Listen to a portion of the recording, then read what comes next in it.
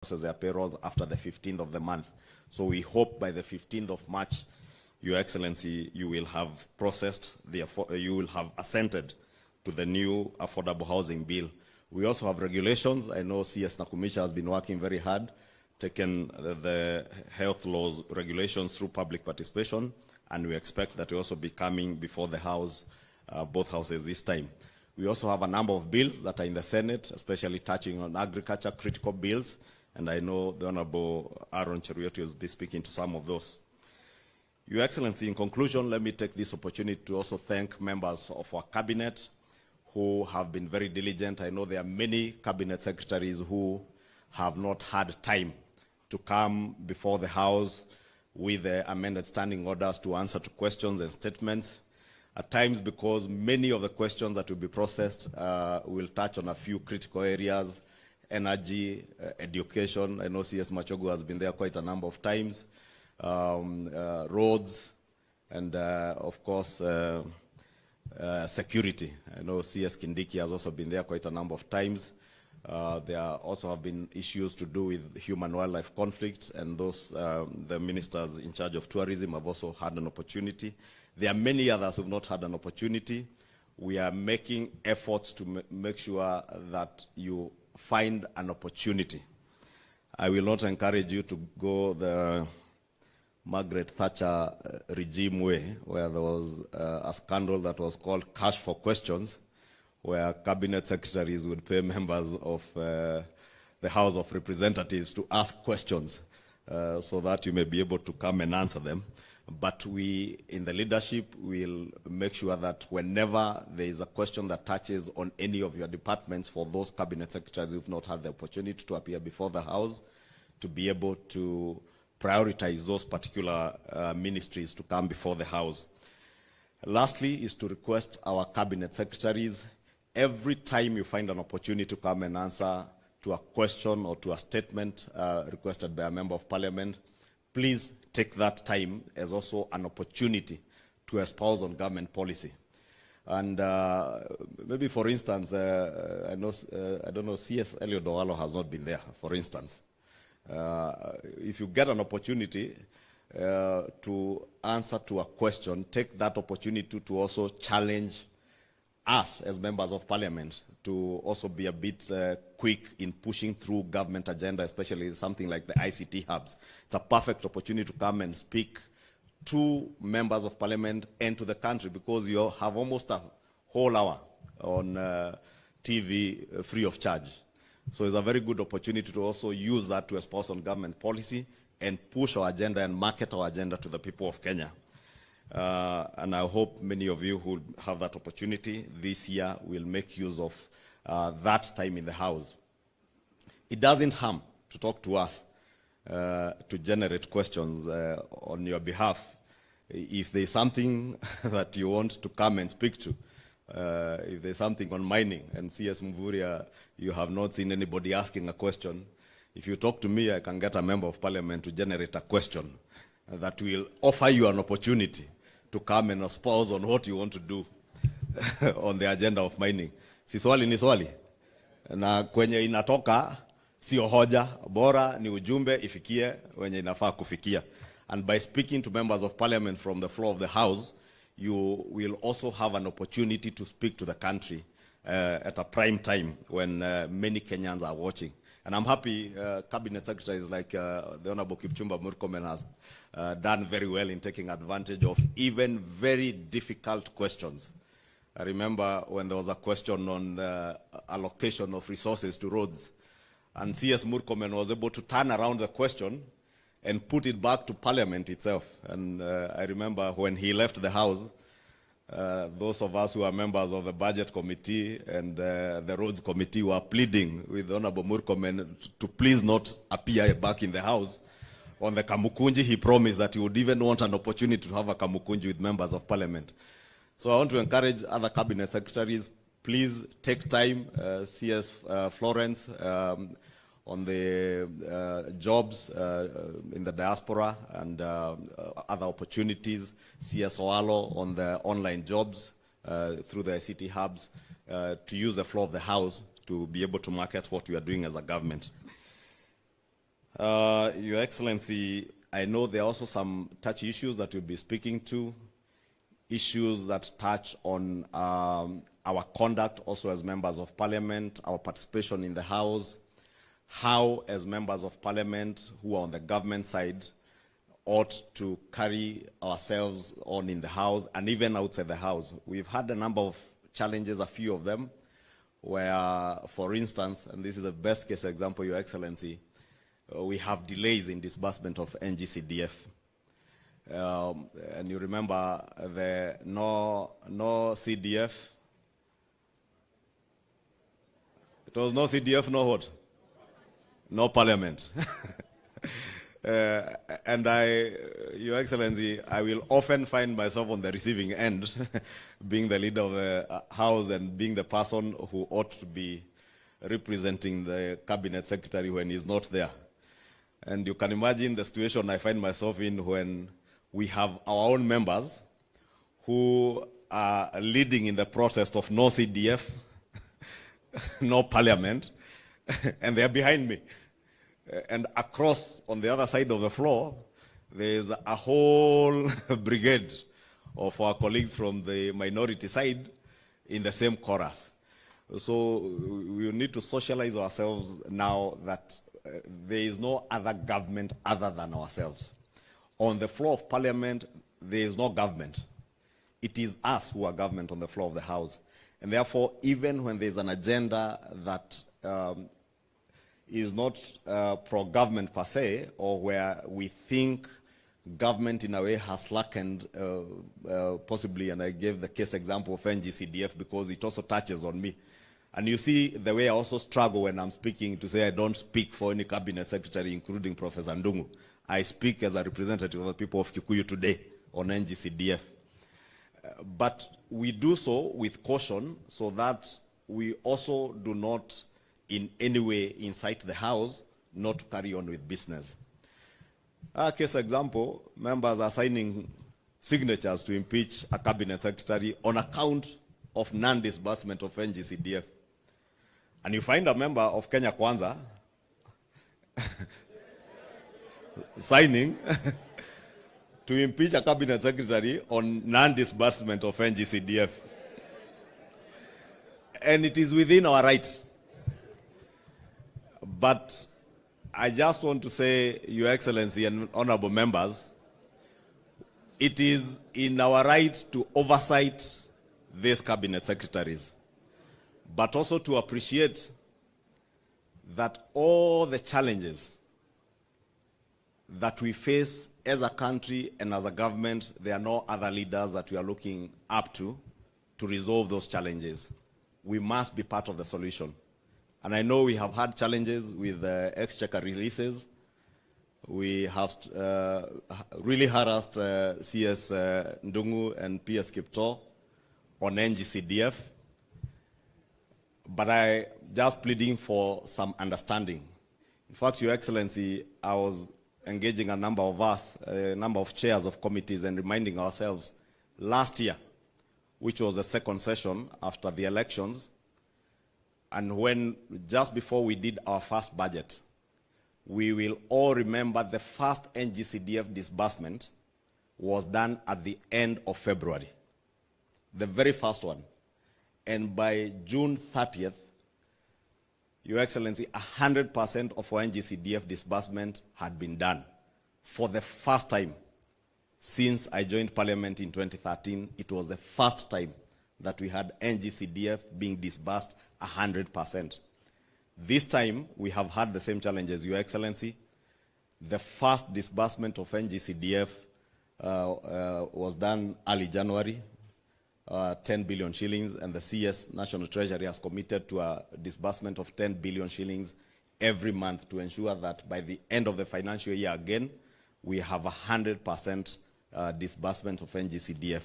So it is that kind of understanding that I want to plead with all of us, because we know the challenges, Your Excellency, you've had with debt repayment. I know there is some very bright light at the end of the tunnel now with opportunities that come with resolution of the issues to do the Eurobond, and a lot of receipts coming from our development partners, the exchequer releases will be more efficient than they have been.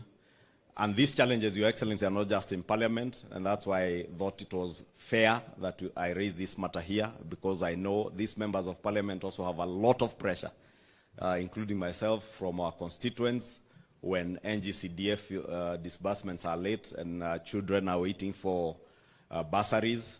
But we must also not forget that the first disbursements that were done, I think, to the Ministry of Education, touched on capitation to our schools. And without the capitation, you can imagine the situation would only get worse. And therefore, it's more important, even as we fight for our disbursements for NGCDF, to also be cognizant of all the other competing challenges. And I say this because I have been chair of the Budget and Appropriations Committee in the last Parliament. And I'm certain if Honorable Dindi Nyoro stood here, or Honorable Kimani Kuria, our Chair of Finance, they would tell members the same, because they have a view of the situation as it is in the country. Your Excellency, with those very many remarks, allow me to now invite our leader of majority in the Senate to give his brief remarks, then invite our Deputy President for his opening remarks. Thank you, and God bless you, and wish you all a good engagement throughout the day. And for the Cabinet, who will be here for another 2 days, all the best in your engagements. Thank you. Thank you, Kimani. Your Excellency, the President and the leader of our party, the Deputy President of the Republic, colleague legislators, members of Cabinet, and I guess everyone who's here, I greet you all good morning. Good morning once again. Well, I never tire, Your Excellency, to say how much it's a privilege for us to come together, especially those of us that are in Parliament, and we know the journey that we have walked, to get this opportunity to interact and reflect on our journey this far, share what our views are, the challenges that we are facing, and how we can forge ahead to achieve the objectives that we set out for ourselves when we went out and spoke to the people of Kenya. Therefore, Your Excellency, allow me to appreciate this opportunity on behalf of the members of the Senate to interact with you and the members of the Executive, to share ideas and also just give an update of our work in Parliament, what is before us, the challenges that you're experiencing, and then forge ahead together as one united team. At the Senate, Your Excellency, we have had also a busy season the last few months, just before we went on recess. If you'll recall, members, actually, it was on account of business before the Senate that we had to stop the last PG, and we had interacted and reached a point where members were just about to make their remarks on various issues. But then, because of the pending legislative work that was before us, we stopped and agreed to reconvene again. We're glad to be back here. At the Senate, Your Excellency, we have considered quite a significant number of bills that are key to the promises that we made to the people. And I want to take this earliest opportunity to appreciate the members of our side of the House, who have all been extremely supportive. And at the times when we needed them, at least 90 to 99% have showed up and voted with us. It's not a very easy experience. And I say this knowing that perhaps very few people understand that remark. Perhaps only those that have served in the Senate understand the difficulty of raising the magical 24. It's never an easy business. And I am to appreciate that this present term of the Senate, members have been extremely supportive in passing business that has been forwarded to us. Quickly, Your Excellency, in the interest of time, I will mention that we are anxiously awaiting the housing bill, which the Honorable Lichungwa has spoken about. Once our colleagues in the Assembly conclude on it, we will definitely consider it. Chances are we have our slight different views on one or two issues, but as you know, we have been quite fast at agreeing and closing ranks every time us and the Assembly have a different view on any particular matter. In fact, I'm glad to report, and I appreciate our colleagues in the Assembly as well, that the 2 or 3 bills that have gone through a mediation process this time, within the first meeting, we were able to close ranks and agree, meaning those from the Assembly were able to see things from our perspective as Senate, and us were able to understand you as our colleagues from the Assembly. It's not very usual. The last 2 terms of Parliament, that never used to happen. In fact, it used to be, the meetings actually used to break down, Your Excellency, on account of who chairs. You sit down and you have the team from the Assembly, the team from the Senate. Just to agree on who leads the meeting will break that mediation process. But I'm glad and happy to report that we have come out of age as an institution and are now focused on the things that matter. Of course, we have quite a heavy program, but there are about 2 or 3 or 4 bills maximum that I just want to report, Your Excellency, that we shall be giving priority in the next few, maybe 2 or 3 weeks to conclude on, because of how key and integral they are to many of the plans that we have as an administration. The Food and Feed Safety Bill that is presently before our Agriculture Committee is in 2nd reading, Your Excellency. And by the end of this week that you're beginning, we should be able to conclude on its 3rd reading, because the report has been tabled and our committees have proposed their amendments to what you had done in the Assembly, Mheshimiwa Ichung'wah. So I believe we should be able to close rank on that particular issue. We have a controversial bill that began its legislative process last week, the Water Amendment Bill. And while at this, I say to my colleague senators last week, and allow me to repeat it here, Your Excellency, that those that have served in Senate, Professor Kindiki, our first majority leader, you know that the easiest way that opposition can defeat a government bill, so to speak, in Senate is to declare it that this is anti-devolution. You're rolling back the gains. And without knowing, many a times people join into the chorus.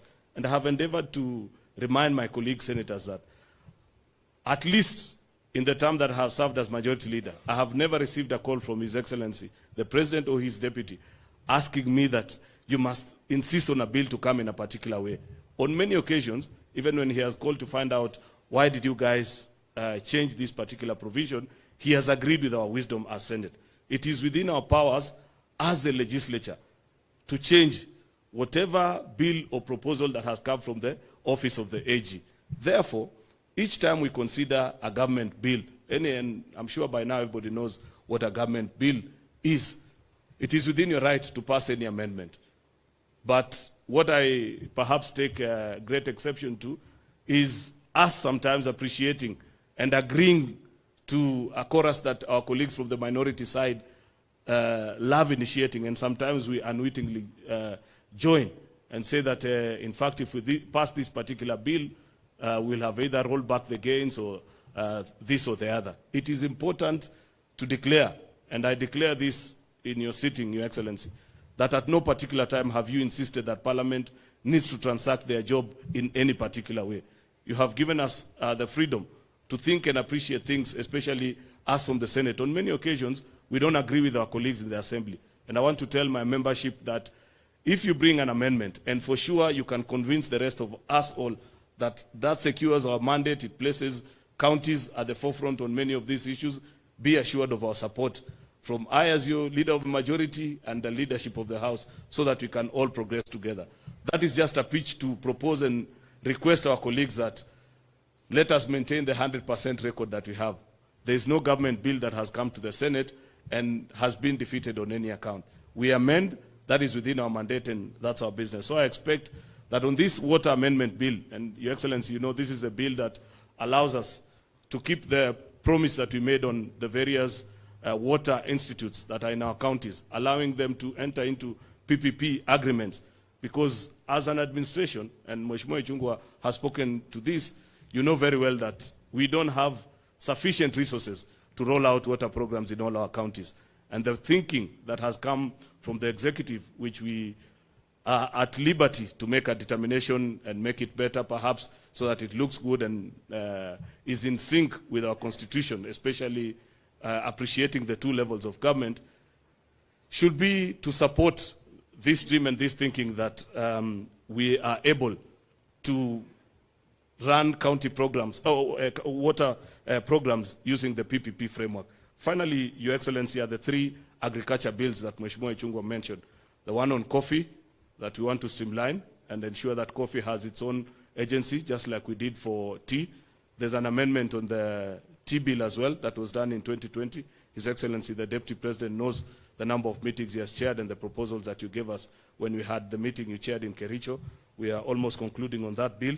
And on sugar, there's a lot that you're doing in the sugar industry, Your Excellency. Our committee has agreed with virtually everything that the Assembly did, save for the zoning part. We have challenges.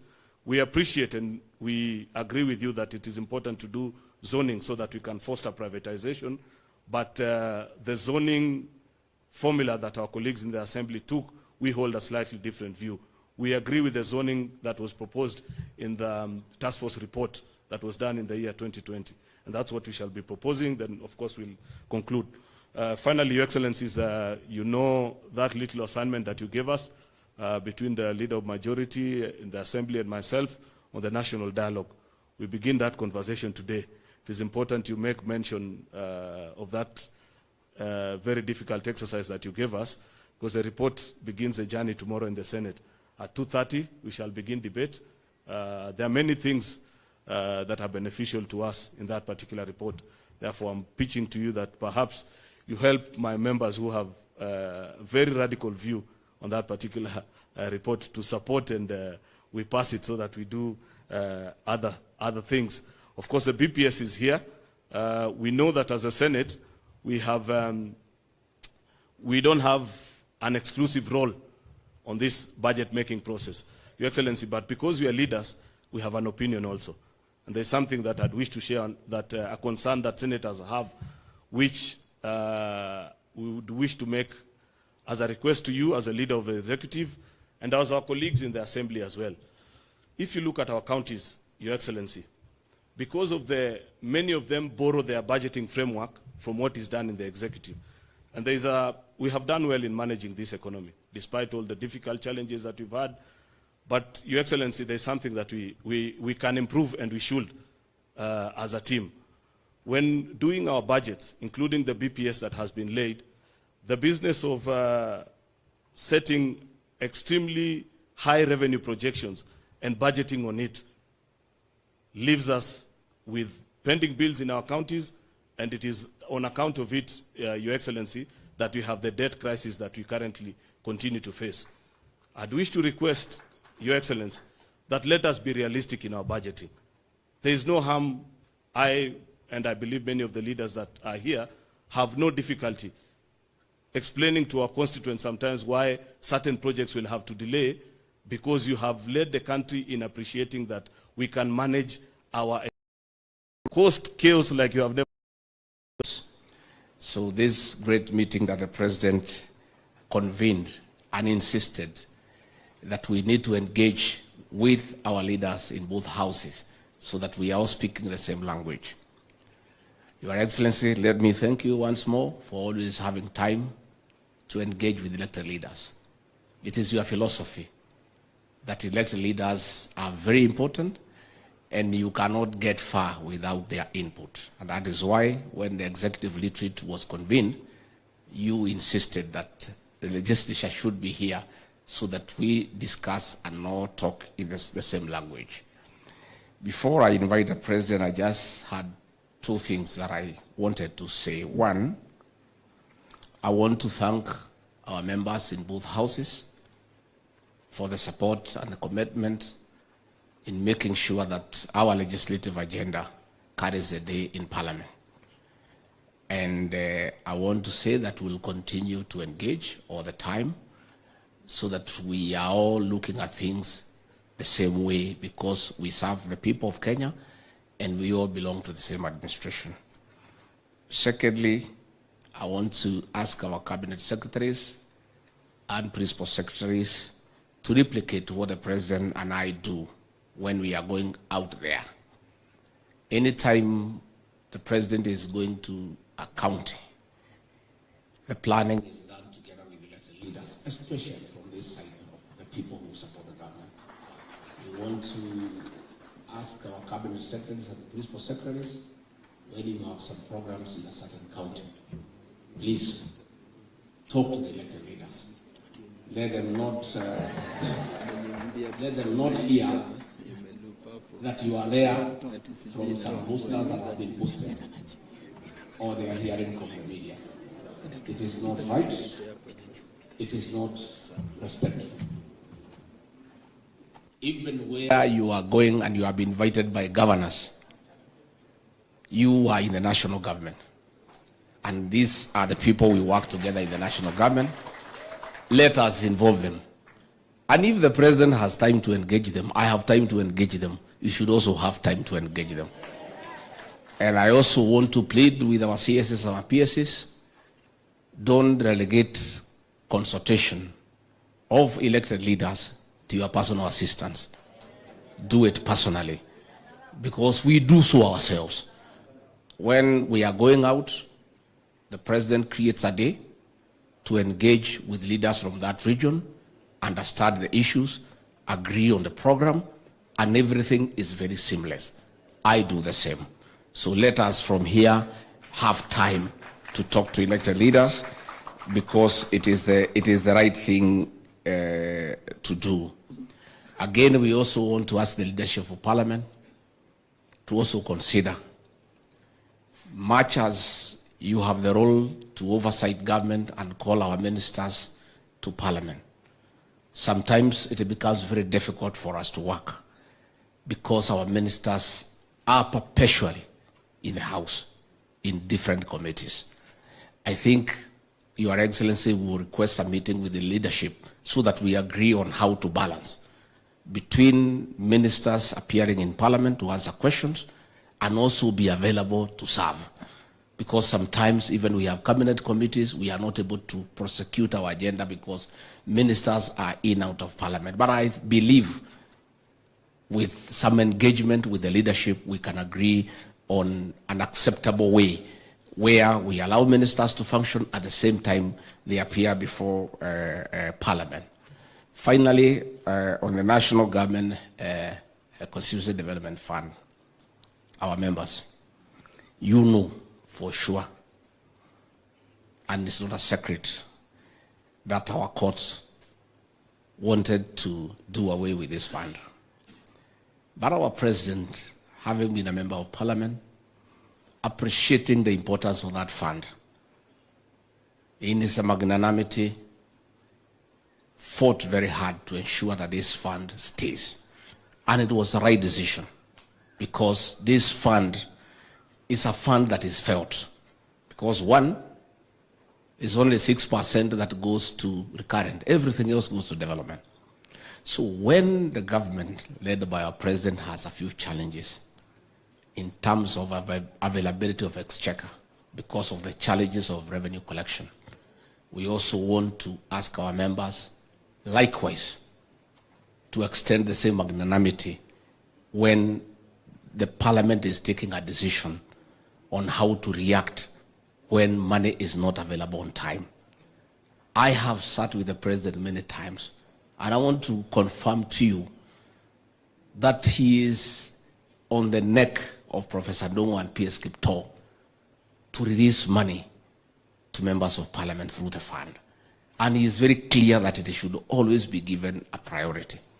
So some of us who sit with him making those decisions, when we see you joining the other side of the House in a way that is a bit demoralizing, we feel a little bit low. So I want to ask you kindly to be magnanimous, to appreciate the challenges that we face as a country, and to know that the president from where he sits is your #1 supporter in terms of having funds to implement your mandate.